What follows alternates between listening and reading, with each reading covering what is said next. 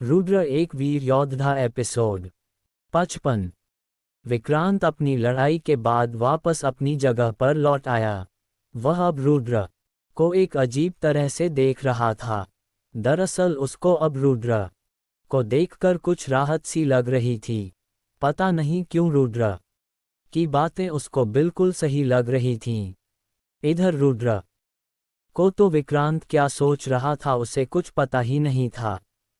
वह बस अपनी जगह पर खड़ा होकर विक्रांत को देख रहा था। विक्रांत की लड़ाई के बाद और भी मुकाबले होने वाले थे, फिर और भी बहुत से मुकाबले हुए। कुछ मुकाबलों के बाद सोमेश ने मंच पर खड़े होते हुए अपनी गंभीर आवाज में घोषणा की, अब हम अगले मुकाबले के लिए तैयार हैं। ये मुकाबला होगा रुद्र और आलोक के बीच। ये नाम सुनते ही पूरे हॉल में एक हलचल सी मच गई।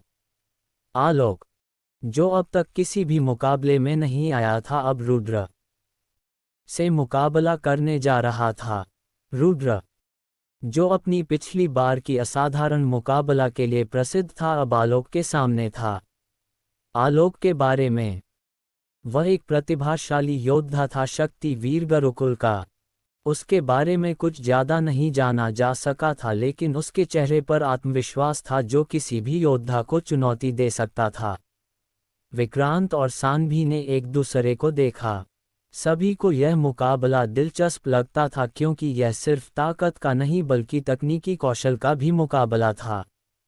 पिछली बार के मुकाबले के बाद अब सभी का ध्यान रुद्र की तरफ ही था। सभी लोग रुद्र को उत्सुकता के साथ देख रहे थे। किसी को भी यह नहीं पता था कि रुद्र कितनी ज्यादा ताकतवर है। सभी रुद्र की ताकत को देखना चाहते थे। ये दिलचस्प होगा, संगीता ने धीरे से कहा। उसके साथ बैठी एक शिष्या जिसका नाम भूमि था, उसने भी सिर हिलाया और अपनी नजरें आलोक पर जमाईं, जो मंच पर आगे बढ़ने लगा था। आलोक का शरीर अभी तक सामान्य दिखता था, लेकिन उसकी आंखों में एक गहरी चमक थी जो ये बताती थी कि वह रुद्र को चुनौती देने के लिए पूरी तरह से तैयार था। आलोक ने भी गंभीरता से रुद्र को देखा और कुछ देर चुप रहा। उसने कभी भी किसी को अपने सामने खड़ा होते हुए इतना आत्मविश्वास से भरा नहीं देखा था। आज का दिन तुम्हारे लिए अच्छा नहीं होने वाला, आलोक ने गहरी सांस लेते हुए कहा। उसकी आवाज में एक ठंडक थी। सभी ने चुपचाप सुना। अब ये मुकाबला बहुत ही रोमांचक होगा और हर कोई जानता था कि इस प्रकार के मुकाबले में केवल सबसे योग्य ही नहीं जीत सकता था। रुद्र और आलोक दोनों अपने स्थान पर खड़े हो गए और हवा में उनके चारों ओर एक हल्की सी बिजली की कड़कती आवाज सुनाई दी। ये किसी भी साधारण युद्ध से कहीं अधिक था, यह एक अद्भुत जादुई शक्ति की झलक थी। आलोक ने पहले हमला किया। उसकी आंखों में एक चमक थी और उसने अपनी ऊर्जा को संकेंद्रित किया। वह जानता था कि रुद्र केवल अपनी ताकत से ही नहीं बल्कि अपनी तकनीकी महारत से भी उसे चुनौती दे सकता है। आलोक ने हवा में अपनी उंगलियां घुमाईं और एक शक्तिशाली हरा भंवर उत्पन्न किया। यह भंवर तेजी से रुद्र की ओर बढ़ने लगा, जैसे एक शिकारी अपने शिकार की ओर बढ़ रहा हो। रुद्र ने अपनी शक्तियों को और अधिक केंद्रित किया और अगले पल आलोक के भंवर को आत्मसात कर लिया। यह एक खतरनाक खेल था जिसमें दोनों योद्धाओं की आंतरिक ताकतें आपस में टकरा रही थीं। आलोक का भंवर बिखर गया और रुद्र ने एक तेज घेरा बनाकर आलोक की ओर बढ़ाया।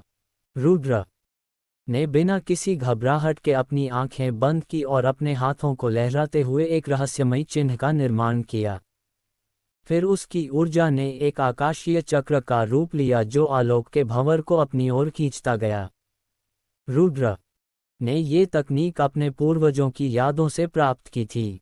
इस युद्ध तकनीक के जरिए रुद्र किसी भी ताकत को अपने चक्र के जरिए घूमकर बिखेर सकता था। जब सप्तगिरी गुरुकुल के सभी लोग रुद्र का ये हमला देखा तब सभी हैरान रह गए। शिवांगी ने ध्रुव से पूछा, ध्रुव, ये रुद्र कौन सी युद्ध तकनीक का इस्तेमाल कर रहा है? ये तो हमारे सप्तगिरी गुरुकुल की युद्ध तकनीक नहीं है। जिस पर ध्रुव ने एक व्यंग्यात्मक मुस्कान के साथ कहा, राजकुमारी जी, खुद मुझे भी नहीं पता इस तकनीक के बारे में। इसे सुनकर शिवांगी भी हैरान रह गई। वह जानती थी कि ध्रुव हमेशा से ही रुद्र के साथ रहता था, इसलिए उन्हें ये बात समझ में नहीं आ रही थी कि ध्रुव को इस तकनीक के बारे में कैसे नहीं पता। तुम मुझे हार नहीं सकते, रुद्र आलोक ने तीव्रता से कहा और अपनी ऊर्जा को एक और रूप में बदल दिया। उसने आकाश में अपनी शक्ति को एक घने बादल में बदला और बादल से काले घातक विद्युत का एक तूफान उत्पन्न किया। ये काली विद्युत का हमला था, एक विध्वंसक आक्रमण जिसे आलोक ने पूरी तरह से नियंत्रित किया था। रुद्र ने स्थिति को देखकर तुरंत अपनी शक्तियों को और अधिक संकेंद्रित किया। उसके पूरे शरीर की नीली अग्नि एक साथ एक शक्तिशाली लहर में बदल गई जो काली बिजली की ओर बढ़ने लगी। दोनों शक्तियां एक दूसरे से टकराईं और एक जबरदस्त धमाका हुआ जिससे पूरा मैदान हल्के से कांप उठा। धुआं छा गया और दोनों योद्धाओं के चेहरे गंभीर हो गए। भूमि और संगीता, जो दर्शकों के बीच बैठकर ये दृश्य देख रहे थे, अब पूरी तरह से ध्यान लगाए हुए थे। भूमि ने चिंतित होकर संगीता से कहा, आलोक अपने तकनीक में बहुत माहिर है, लेकिन रुद्र का कौशल किसी से कम नहीं है। इस मुकाबले में कोई भी जीत सकता है। संगीता ने गंभीरता से कहा, यह सच है, लेकिन मुझे लगता है कि रुद्र की तकनीकें आलोक से कहीं अधिक जटिल हैं। उसे अपनी पूरी ताकत का इस्तेमाल करना होगा। समझते हुए रुद्र ने अपने अगले हमले की योजना बनाई। उसने अपनी आत्मशक्तियों को एकत्रित किया और एक शक्तिशाली ऊर्जा क्यूब बनाए। ये क्यूब आकाश में चमकते हुए आलोक की ओर बढ़ी, जिससे उसकी सारी योजनाएं विफल हो गईं। आलोक ने तेजी से अपनी शक्तियों को वापस संकेंद्रित किया, लेकिन रुद्र की ऊर्जा इतनी तीव्र थी कि अब आलोक के हर प्रयास को नष्ट कर रही थी। ये सब रुद्र की उसे आत्मयुद्ध तकनीक का कमाल था। आलोक ने अंत में एक गहरी सांस ली और कहा, तुम्हारी तकनीकें बहुत शक्तिशाली हैं। रुद्र ने मुस्कुराते हुए जवाब दिया, कभी भी सिर्फ ताकत से नहीं बल्कि सही समय पर सही तकनीक का इस्तेमाल करने से भी सफलता मिलती है। फिर उसने एक शक्तिशाली अंतिम हमला किया गया और आलोक को परास्त कर दिया गया। रुद्र की विजय से सभी ने गहरी सांस ली और मैदान में शांति छा गई। ये मुकाबला न केवल ताकत का था बल्कि शक्ति की समझ और रणनीति का भी था। और इस बार रुद्र ने दिखा दिया कि वह इस खेल का सबसे मजबूत खिलाड़ी। जब महाराज धीरेंद्र ने रुद्र का मुकाबला देखा तब उनके चेहरे पर एक मुस्कान आ गई। उन्होंने मन ही मन कहा, यह लड़का वास्तव में प्रतिभाशाली है। यह जरूर ही 17 राज्यों की लड़ाई में शीर्ष 10 में पहुंच सकता है। इधर दोनों दूतों के चेहरे पर भी चमक आ गई थी। अब वे भी रुद्र की तरफ ध्यान देने लगे थे। आचार्य भीष्म तो रुद्र की जीत पर बहुत खुश दिख रहे थे। उनका अनुमान बिल्कुल सही निकला था। रुद्र ने वह कर दिखाया था जिसकी उन्हें उम्मीद थी। उनकी आंखों में गर्व और संतुष्टि का भाव स्पष्ट दिखाई दे रहा था। दूसरी तरफ सोमेश ने अपनी घोषणा को जारी रखते हुए कहा, अब हम अगले चरण के लिए रणनीति पर बात करेंगे। जैसा कि हम जानते हैं, अभी तक 11 योद्धा बचे हैं। इस चरण में हमें केवल 5 योद्धाओं का चयन करना होगा जो 17 राज्यों की लड़ाई में जाने के काबिल होंगे। फिर सोमेश ने गंभीरता से कहा, यह निर्णय अत्यंत महत्वपूर्ण है। हमें वह 5 योद्धा चुनने होंगे जो शेष मुकाबलों में हमारी शक्ति को बढ़ावा देंगे। सभी दर्शकों की नज़रें सोमेश पर थीं, जो अब अगले चरण की रणनीति को स्पष्ट करने जा रहे थे। सोमेश ने कहा, सभी 11 योद्धाओं को अगले मुकाबले में एक आखिरी मुकाबला करना होगा। इसमें हर योद्धा को अपनी अपनी ताकत और जादुई कौशल दिखाना होगा। इसके बाद हम सबसे बेहतरीन 5 योद्धाओं का चयन करेंगे जो अगले निर्णायक चरण में प्रवेश करेंगे। सोमेश ने अपनी आवाज में ताकत भरी और कहा, सिर्फ 5 योद्धाओं का चयन करना एक चुनौतीपूर्ण कार्य होगा। लेकिन हमें ये सुनिश्चित करना होगा कि हम एक टीम के रूप में कार्य करें। फिर उसने अपने हाथों को ऊपर उठाया, इसके बाद मैदान के बीचों बीच एक बड़ा सा घेरा बन गया। फिर उसने सभी 11 प्रतिभागियों की तरफ देखते हुए कहा, सभी अंतिम 11 प्रतिभागी मैदान में इस घेरे के अंदर आ जाएं। जिसे सुनकर सभी प्रतिभागी उसे घर के अंदर आ गए। सोमेश ने आगे कहा, इस शीर्ष महान योद्धा प्रतियोगिता के तीसरे और अंतिम चरण में बचे आप सभी को मैदान में बने इस घेरे के अंदर एक दूसरे के साथ मुकाबला करना है। जो भी इस घेरे से बाहर चला जाएगा वह इस मुकाबले से बाहर हो जाएगा। ये तब तक चलेगा जब तक कि इस घेरे के अंदर 5 योद्धा बच नहीं जाते। ध्यान रहे, नियम वही है जो पहले थे, बस फर्क इतना है कि आपको अपने प्रतिद्वंद्वी को इस घेरे से बाहर निकालना है। इतना कहकर सोमेश चुप हो गया। जब सभी ने सोमेश की बात सुनी तो सभी एक दूसरे को देखने लगे। इन 11 योद्धाओं में 3 तो सप्तगिरी गुरुकुल के शिष्य थे जबकि 4 विक्रमशिला गुरुकुल के थे, जिनकी आंखों में सप्तगिरी गुरुकुल के प्रति अप्रिय भाव साफ दिख रहा था। लिंगेश तो सिर्फ रुद्र को ही देख रहा था, जिसे महसूस कर रुद्र भी उसकी तरफ देखने लगा। लिंगेश के चेहरे पर अभी एक बुरी मुस्कान फैली हुई थी। दरअसल लिंगेश के शरीर में जो आत्मा थी उसे रुद्र से खतरा महसूस हो रहा था। इस वजह से वह रुद्र को कातिलाना नजरों से देख रहा था। यहाँ तक कि वह बुरी आत्मा और शक्तियों के साथ अलग ही प्रकार का दिख रहा था। उसकी आंखों में खतरनाक चमक थी। रुद्र ने भी लिंगेश को गंभीरता से देखा और सोचा, मुझे से इतना खतरा क्यों लग रहा है? लगता है ये लड़ाई बहुत खतरनाक होने वाली है। मुझे अपनी पूरी ताकत का इस्तेमाल करना होगा। सोमेश ने सभी योद्धाओं की नज़रों में स्पष्ट रूप से खतरनाक संघर्ष की छाया देखी, लेकिन फिर भी उसने खुद को शांत रखते हुए एक गहरी सांस ली और घोषणा की, अब हम इस प्रतियोगिता के अंतिम चरण की शुरुआत करेंगे। सभी योद्धाओं ने सोमेश की बातों पर ध्यान दिया, लेकिन कुछ योद्धाओं के चेहरों पर विश्वास की झलक भी थी। वे जानते थे कि यह मुकाबला एक कठिन परीक्षा होगी जिसमें केवल साहस और शारीरिक क्षमता से ज़्यादा मानसिक मजबूती की भी आवश्यकता होगी।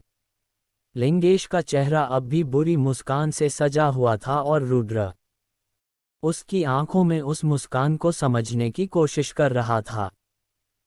सभी योद्धाओं के चेहरे पर एक ठान लिया हुआ नजरिया था।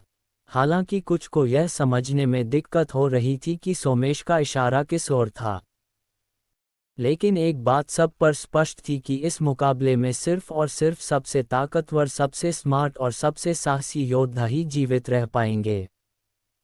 सोमेश की आवाज़ फिर से गूंज उठी, आपके पास कोई भी अस्थायी टीम बनाने का विकल्प नहीं है।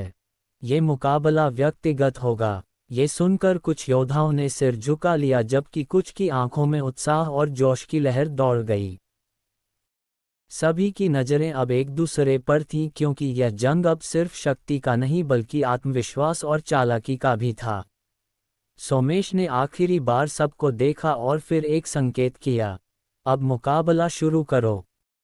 यहाँ जब शीर्ष महान योद्धा प्रतियोगिता के अंतिम चरण की तैयारी हो रही थी, वहीं दूसरी तरफ कालिया तमस वन राज्य से महावीर नगर की ओर बढ़ता जा रहा था। उसकी आंखों में खून की प्यास थी और दिल में केवल एक ही विचार, महारानी सुनीता को पकड़ना। रास्ते में उसने कई निर्दोष लोगों को डराया और कुछ को घायल भी किया, लेकिन सुनीता का पता उसे अभी तक नहीं मिला था। उसकी तलवार का तेज और उसकी हिंसक दृष्टि ने हर किसी को हिला दिया, लेकिन वह किसी भी सूत्र के बिना महारानी तक नहीं पहुंच पा रहा था। महावीर नगर में सुनीता अपनी छोटी सी झोपड़ी में काम कर रही थी। वह अपने दिन का अधिकांश समय अपने घर और उसके आसपास की हर चीज की देखभाल करने में बिताती थी। सुनीता एक मजबूत और बुद्धिमान महिला थी जो हमेशा अपनी शक्ति और रणनीति पर काम करती रहती थी। उसके पास आम लोगों के लिए सलाह थी और वह स्वयं भी एक वीर योद्धा थी। इसी बीच ध्रुव की मां नित्या झोपड़ी में आई। ध्रुव की मां, जो हमेशा अपने बेटे के बारे में चिंता करती थी, सुनीता से मिलने के लिए आई थी। आने के बाद दोनों बातें करने लगीं। ध्रुव की मां नित्या ने कहा, दीदी क्या कर रही थी आप? जिस पर सुनीता ने मुस्कुराते हुए कहा, अरे कुछ नहीं, बस पौधों को पानी डाल रही थी। वैसे तुम यहाँ कैसे? जिस पर नित्या बोली, अरे दीदी क्या मैं आपके घर भी नहीं आ सकती? जिसे सुनकर सुनीता ने मुस्कुराते हुए कहा, अरे ऐसी बात नहीं है, चलो घर के अंदर बात करते हैं। इसके बाद दोनों घर के अंदर चली गईं। घर के अंदर दोनों महिलाएं आराम से बैठ गईं और बातें करने लगीं। नित्या ने सुनीता से ध्रुव के बारे में पूछा और सुनीता ने उसे ध्रुव की यात्रा के बारे में बताया। दोनों में बातचीत शुरू हुई और सुनीता ने ध्रुव की मां से उसकी चिंता और परेशानियों को सुना। वे दोनों एक दूसरे से बातें कर रही थीं जब अचानक कुछ ऐसा हुआ जिससे दोनों का दिल दहल गया। अचानक एक खौफनाक आवाज सुनाई दी, जैसे कोई विशाल दरवाजा खोल रहा हो या कोई भयंकर आंधी आ रही हो। वह आवाज इतनी भयंकर थी कि झोपड़ी की दीवारें तक कांपने लगीं। दोनों महिलाएं उसे आवाज को सुनकर पल भर के लिए चुप हो गईं। सुनीता ने समझ लिया कि कुछ बहुत बड़ा खतरा आ चुका है। ध्रुव की मां की आंखों में चिंता था और सुनीता ने अपनी नजरें आकाश की ओर उठाई जहां से यह डरावनी आवाज आ रही थी। दोनों महिलाएं समझ नहीं पा रही थीं कि क्या हो रहा है, लेकिन एक बात साफ थी, उनका सामना एक ऐसी शक्ति से होने वाला था जिसे वे दोनों कभी नहीं भूल पाएंगी। तभी पीछे से किसी के हंसने की आवाज आई। यह आवाज इतनी डरावनी थी कि किसी की भी रूह तक कांप जाए। उसे हंसी को सुनकर दोनों महिलाओं ने पीछे मुड़कर देखा, तब उनके चेहरे पर दुख, चिंता और निराशा देखने लगा। आखिर क्या देख उन दोनों ने? क्या होगा प्रतियोगिता के अंतिम चरण में? रुद्र एक वीर योद्धा एपिसोड 56। रुद्र और लिंगेश। सभी योद्धा मैदान में खड़े थे और हर एक की नज़र सोमेश पर टिकी हुई थी। मैदान का वातावरण घना हो चुका था, जैसे कुछ बड़ा होने वाला हो। हवा में एक अजीब सी तनी हुई चुप्पी थी, जैसे हर योद्धा के भीतर एक नई आग जलने वाली हो। सोमेश ने मैदान के बीच में बने घेरे की तरफ इशारा किया और कहा, यह आपके लिए अंतिम परीक्षा का समय है। कोई भी अस्थायी टीम नहीं होगी। ये मुकाबला एक व्यक्तिगत संघर्ष होगा। सभी योद्धाओं के चेहरे पर एक समान ताजगी थी, जैसे वे इस चुनौती का सामना करने के लिए तैयार थे। लेकिन उनके मन में एक गहरी उथल-पुथल भी चल रही थी। प्रत्येक योद्धा अपने जादुई कौशल और रणनीति का इस्तेमाल करने के लिए तैयार था, क्योंकि यह वह समय था जब हर कोई अपनी पूरी ताकत को दिखा सकता था। शिवांगी, जो गोल्डन ड्रैगन युद्ध आत्मा की धारक थी, अपनी कड़ी नजरों से सभी योद्धाओं को देख रही थी। उसकी आंखों में एक आग थी जो ये साफ तौर पर दिखाती थी कि वह इस युद्ध को जीतने के लिए हर संभव प्रयास करेगी। उसने अपने धनुष और बाण को संभाला और उसके चेहरे पर एक ठान लिया हुआ नजरिया था। उसकी पीठ पर गोल्डन ड्रैगन की छवि गहरे जादुई आभा में चमक रही थी, जैसे वह किसी देवी का अवतार हो। ध्रुव अपने विशाल सुनहरे हथौड़े के साथ मैदान में अपनी शक्ति का प्रदर्शन करने के लिए तैयार था। वह जानता था कि उसका हथौड़ा केवल भौतिक शक्ति से नहीं बल्कि अद्भुत जादू से भी भरा हुआ था। उसके शरीर में एक मजबूत ताकत की लहर थी और उसकी आंखों में साफ तौर पर यह दृढ़ संकल्प था कि वह इस युद्ध को जीतने के बाद अगला चरण जीतने में सफल होगा। मगर इन सब के बीच दो योद्धा थे जिनकी ताकत पर सबकी नजरें टिकी थीं। लिंगेश और रुद्र, दोनों ही अद्भुत शक्तियों के स्वामी थे। इन दोनों के बीच प्रतिस्पर्धा हर पल बढ़ती जा रही थी। लिंगेश के अंदर एक अजीब प्रकार की आत्मा का वास था जो उसे और भी खतरनाक बना देती थी। उसकी आंखों में एक जलती हुई लाल आकाशीय चमक थी और उसकी मुस्कान में एक गहरी धुंधली दुष्टता थी। उसकी शक्तियां अपनी पूरी क्षमता पर थी और उसे रुद्र से खतरा महसूस हो रहा था। रुद्र, जो अपने अद्भुत युद्ध कौशल और शक्ति के लिए जाना जाता था, अपने भीतर एक सुस्पष्ट ऊर्जा महसूस कर रहा था। उसका आत्मविश्वास अब आसमान छू रहा था, क्योंकि वह जानता था कि उसका हर कदम सटीक और सशक्त होता है।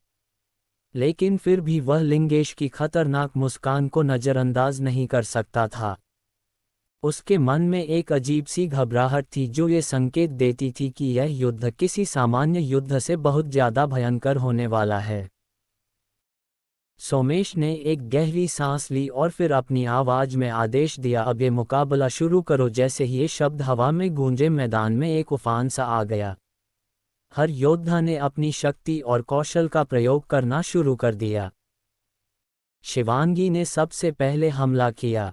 उसने अपने धनुष से एक स्वर्णिम बाण छोड़ा जो हवा में एक चिंगारी की तरह फैला और सीधे अपने लक्ष्य की ओर बढ़ा।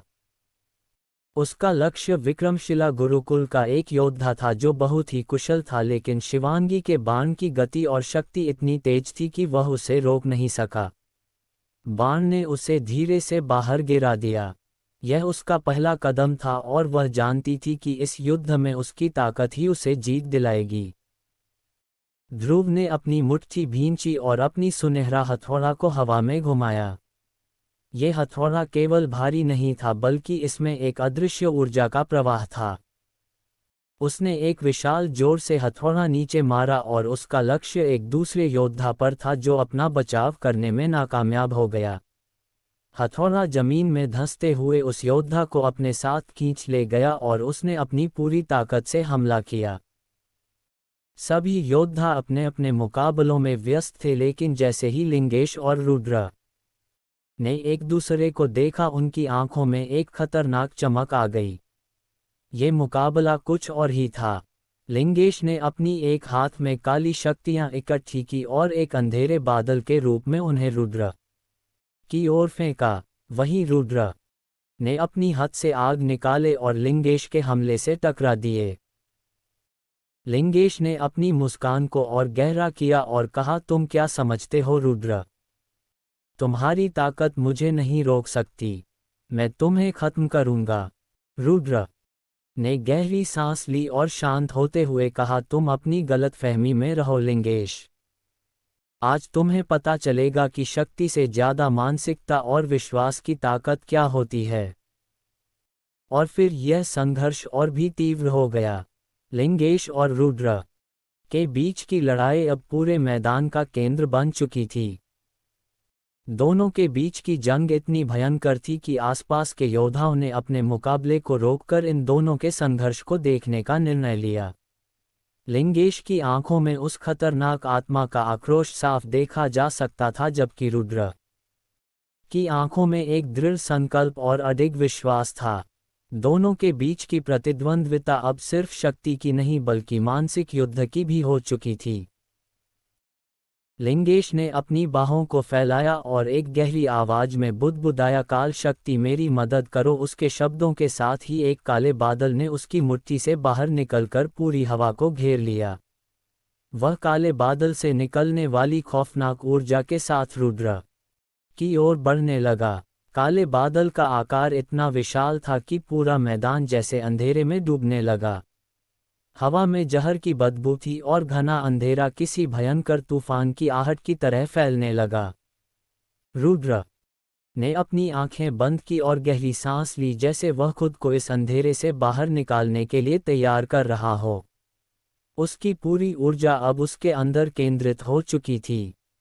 फिर उसने अपनी आंखें खोली और तेज आवाज में कहा, मेरी माया पक्षी अपनी आग को प्रकट करो। जैसे ही यह शब्द उसके मुंह से निकले, उसकी आंखों से एक तेज आग की लपटें निकलने लगीं जो उसे एक जलते हुए पक्षी के रूप में घेरने लगीं।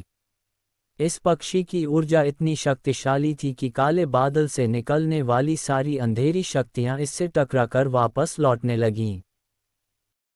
लिंगेश ने चिढ़ते हुए कहा, तुम सोचते हो कि ये आग तुम्हें मेरी शक्ति से बचा सकती है? मैं तुम्हें हमेशा के लिए जला दूंगा। वह अपनी ताकत को और बढ़ाने के लिए झूमते हुए आगे बढ़ा। काले बादल ने रुद्र की आग को चुनौती दी और अब दोनों शक्तियां आपस में टकराने के लिए तैयार हो चुकी थीं। ये दृश्य बिल्कुल एक महायुद्ध जैसा था, आग और अंधकार की युद्ध जो समय के साथ और भी भयंकर होते जा रहे थे। मैदान में घिरी हवा और हर योद्धा की आंखों में दहशत थी। ये किसी युद्ध से कहीं ज्यादा एक अस्तित्व की लड़ाई बन चुकी थी। लिंगेश और रुद्र के बीच के टकराव ने एक नई दिशा ले ली थी और इस संघर्ष ने ये साफ कर दिया था कि अब केवल एक ही योद्धा बचने वाला था। शिवांगी और ध्रुव अब भी अपने मुकाबलों में व्यस्त थे, लेकिन दोनों ने यह महसूस किया कि इस मुकाबले के दौरान लिंगेश और रुद्र के संघर्ष का परिणाम निर्णायक होगा। उनके सामने जिन अन्य योद्धाओं का सामना हो रहा था वे अब अप्रासंगिक से लगने लगे थे। दोनों जानते थे कि जो भी इन दोनों में से कोई जीतेगा वह प्रतियोगिता का विजेता होगा। लिंगेश ने एक और अंधेरे बाण की ओर इशारा किया और वह रुद्र की ओर फेंका। ये बाण सिर्फ शारीरिक क्षति नहीं बल्कि आत्मिक नुकसान भी करने के लिए था। रुद्र ने अपनी आग की ताकत से उसे रोकने की कोशिश की, लेकिन बाण ने उसके पक्षी को झकझोरते हुए उसे पीछे की ओर धकेल दिया। उसका आत्मविश्वास थोड़ी देर के लिए डगमगाया, लेकिन फिर वह एक बार फिर अपनी पूरी ताकत से खड़ा हो गया। रुद्र ने अपनी आंखों को तन्मयता से भरा और कागज की तरह लहराते हुए कहा, तुमसे जितनी ताकत चाहिए थी वह सब मैंने अब इकट्ठा कर ली है। अब देखो मेरी असली शक्ति। और फिर उसने एक गहरी चीख के साथ अपनी पूरी ऊर्जा को बाहर निकाला। उसकी शक्ति अब उस आग की लहरों की तरह फैलने लगी जो पहले से कहीं ज्यादा उग्र और भयंकर थीं। उसकी पूरी शरीर से रुद्र की ताकत का एक मजबूत झनकार निकला और वह सीधे लिंगेश की तरफ बढ़ने लगा। इसमें रुद्र की रक्तसार का भी एक तीव्र योगदान था। क्योंकि उसका रक्त नागराज वासुकी से संबंधित था, इसीलिए उसमें सकारात्मक ऊर्जा का भरमार था। लिंगेश ने पलटकर हमला करने का प्रयास किया, लेकिन अब उसका हमला पहले जैसा प्रभावी नहीं था। रुद्र की आग की लपटों ने उसे इतना कमजोर कर दिया था कि उसके सारे हमले अब कोई प्रभाव नहीं डाल पा रहे थे। रुद्र की आंखों में जैसे एक विजयी चमक आ गई थी। वह लिंगेश के सामने आकर पूरी ताकत से उस पर प्रहार करने के लिए तैयार था। उसने अपनी दोनों हाथों को एक साथ उठाया और उसकी ऊर्जा ने आसपास के माहौल को और भी गर्म कर दिया। ये वह पल था जब लिंगेश की सारी शक्ति खत्म हो गई थी और उसकी आंखों में घबराहट की लहर दौड़ने लगी थी। रुद्र ने अपनी पूरी ताकत से एक शक्तिशाली लहर भेजी जो लिंगेश को बुरी तरह से झकझोरते हुए मैदान से बाहर धकेलने के लिए तैयार थी। लिंगेश की मुस्कान अब गायब हो चुकी थी और वह पूरी तरह से रुद्र के हमले से निपटने के लिए संघर्ष कर रहा था। मैदान में खड़ा हर योद्धा अब अपनी पूरी ताकत से लड़ रहा था, लेकिन सभी की नज़रें लिंगेश और रुद्र के संघर्ष पर टिकी थीं। लिंगेश और रुद्र के बीच की जंग अब निर्णायक मोड़ पर पहुंच चुकी थी। रुद्र की आग ने लिंगेश की शक्ति को पूरी तरह से झकझोर दिया था और वह धीरे धीरे कमजोर होता जा रहा था। उसका शरीर पसीने से तरबतर था और उसकी आंखों में घबराहट की लहरें थीं। ये लड़ाई जो कभी उसके लिए जीतने का एक साधारण अवसर प्रतीत हो रही थी, अब उसकी हार की ओर बढ़ने लगी थी। रुद्र ने लिंगेश के कमजोर होते शरीर को देखा और उसका चेहरा अब गंभीर हो चुका था। वह जानता था कि अगर वह इस मौके को खो देता है तो उसकी जीत अधूरी रह जाएगी। उसकी पूरी शक्ति, उसकी आत्मिक ऊर्जा अब उसकी उंगलियों के टिप पर केंद्रित हो चुकी थी। लिंगेश ने अपनी आंखों को बंद किया और गहरी सांस ली। वह जानता था कि अगर वह अब हारता है तो उसकी सारी कड़ी मेहनत और उसकी शक्ति व्यर्थ हो जाएगी। लेकिन उस घड़ी में जब वह खुद को बहुत कमजोर महसूस कर रहा था, उसकी आत्मा में एक और शक्ति जाग उठी। वह धीरे धीरे उठते हुए बुदबुदाया, अगर ये लड़ाई मुझे खत्म करने जा रही है तो मैं इसे अपने तरीके से लड़ूंगा। लिंगेश ने अचानक अपनी दोनों हथेलियों से काली शक्तियों की एक लहर निकालने का प्रयास किया। ये जादू पहले से कहीं ज्यादा मजबूत था और एक विशाल काले धुएं के बादल के रूप में फैलने लगा। यह बादल पूरी तरह से लिंगेश के चारों ओर सर्पिल होकर उसकी रक्षा करने लगा। काले धुएं ने रुद्र की आग को कुछ देर के लिए कमजोर कर दिया। जब रुद्र ने देखा कि अब लिंगेश की शक्तियां बढ़ रही हैं, तब उसको इस बात का एहसास हो गया कि यह शक्तियां उसे काली आत्मा की वजह से मिली हैं और इस वजह से उसकी आग भी अब कमजोर पड़ने लगी थी। वह जानता था कि अगर वह अब लिंगेश के काली शक्तियों से बच नहीं पाया तो वह भी मैदान से बाहर हो सकता है। लेकिन उसकी आंखों में अभी भी एक ठान लिया हुआ नजरिया था। उसने अपनी पूरी शक्ति को फिर से एकत्रित किया और उसे सीधे लिंगेश के ओरा पर केंद्रित किया। तुम जितना चाहे शक्ति प्रयोग कर लो, लिंगेश रुद्र ने गहरी आवाज के साथ कहा, लेकिन अब तुम मेरी आग से नहीं बच सकते। रुद्र ने अपनी दोनों हथेलियों से आग की एक विशाल लहर भेजी जो पूरी ताकत के साथ लिंगेश के काले धुएं में घुसी। एक पल के लिए दोनों शक्तियां आपस में टकराए और फिर एक जबरदस्त विस्फोट हुआ। हवा में तीव्र गड़गड़ाहट गूंजने लगी और मैदान के चारों ओर तेज हवाएं चलने लगीं। काले धुएं और आग के बीच में एक असहनीय लड़ाई चल रही थी। ये तब तक चलता रहा जब तक कि अचानक से एक बड़ी खामोशी छा गई। सभी ने देखा कि लिंगेश का काला धुआं अब धीरे धीरे गायब हो रहा था। रुद्र की आग की लपटें अब उसकी पूरी शक्ति पर हावी हो चुकी थीं। एक और तेज लहर ने लिंगेश को बुरी तरह से हिलाकर मैदान से बाहर फेंक दिया। उसका शरीर हवा में लहराया और वह अपनी सारी ताकत के बावजूद घेरा तोड़ते हुए नीचे गिर पड़ा। उसकी मुस्कान अब एक खौफनाक घबराई हुई सूरत में बदल चुकी थी। अब उसके चेहरे पर एक नाराजगी भी देलगा लगा था। लिंगेश अब पूरी तरह से नष्ट हो चुका था। उसकी आत्मा का जादू, उसकी शक्ति, सब कुछ खत्म हो चुका था। रुद्र ने एक लंबी सांस ली। वह जानता था कि उसने अपनी पूरी शक्ति और रणनीति का सही उपयोग किया और अब वह अगले चरण के लिए तैयार था। शिवांगी और ध्रुव, जो अपनी अपनी लड़ाई में व्यस्त थे, अब रुद्र की ओर देखने लगे। शिवांगी ने देखा कि रुद्र ने लिंगेश को न केवल हराया था बल्कि उसे पूरी तरह से नष्ट कर दिया था, जिसे देखकर उसके चेहरे पर एक बड़ी सी मुस्कान आ गई। वह रुद्र के लिए बहुत खुश थी। मैदान में खामोशी छा गई थी। हर योद्धा जो पहले अपने संघर्ष में व्यस्त था अब रुद्र की ओर देख रहा था। लिंगेश की हार ने सभी को हैरान कर दिया था। पहले तो सभी ने सोचा था कि लिंगेश आसानी से रुद्र को परास्त कर देगा, लेकिन रुद्र ने अपनी आक्रामकता और मानसिक शक्ति से वह जीत हासिल की जो किसी ने कल्पना भी नहीं की थी। आसपास खड़े दर्शक हैरानी की स्थिति में थे। कुछ के चेहरे पर अविश्वास था जबकि कुछ के चेहरे पर गर्व और आदर के भाव थे।